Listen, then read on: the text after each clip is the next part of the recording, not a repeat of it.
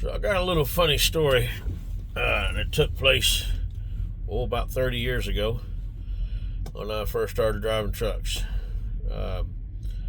This fella that was my trainer was a cowboy, and I was kind of a country boy, and we got along pretty good.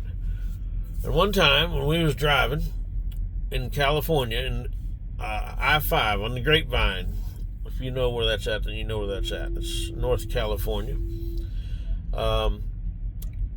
He was on the phone, believe it or not. They had cell phones back then, just an old flip, open and closed. But he was arguing with his old lady or his girlfriend, I don't know. But anyway, I was driving and going up and down these mountains doing the dragonfly, right? You drag up the hill and you fly down. Anyway, he was telling me, he says, on this next mountaintop, when you get up there, he says, just let it coast, because I was doing the maintain of the speed, or doing the speed maintaining, you know what I mean? And I don't know, he just had it in him to tell me to let it coast. And I guess my interpretation of let it coast was a little different. I was new at driving, and so I said okay, and I threw that sucker up in neutral when we got the rolling. After I shifted everything down, I then threw it in neutral. I built my speed up first, and buddy, I mean to tell you, we was cooking, we was flying. I mean, I had both my hands on that steering wheel, white knuckle, just looking like, we moving now, buddy. And then he's arguing, and we get to the bottom of that hill, and you could just feel the truck and the trailer just kind of go, like groaning, and I mean, you could just feel the gravity. It was such a sensational pull.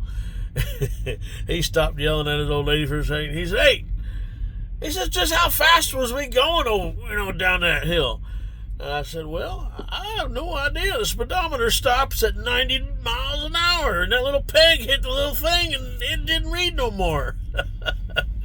Oh, yeah, I don't know how fast we was going. We were probably doing 130. I mean, seriously, I've been 130 before, and I believe I was doing every bit of 130. And, yeah, I mean, that was quite the story, because we was driving a heavy load, and I'm just glad that trailer held on, I've learned a lot since then, let me tell you. Don't do that. It's not fun. And I've seen trailers or trucks that have done that sort of thing, and then the trailer, because of a heavy load, it just cracks like that, and then the load goes all over the place, and the truck crashes, and sometimes the truckers don't live.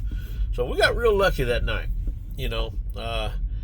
but they did say, hey, if your trainer tells you to do something, just, the heck with the book, listen to him.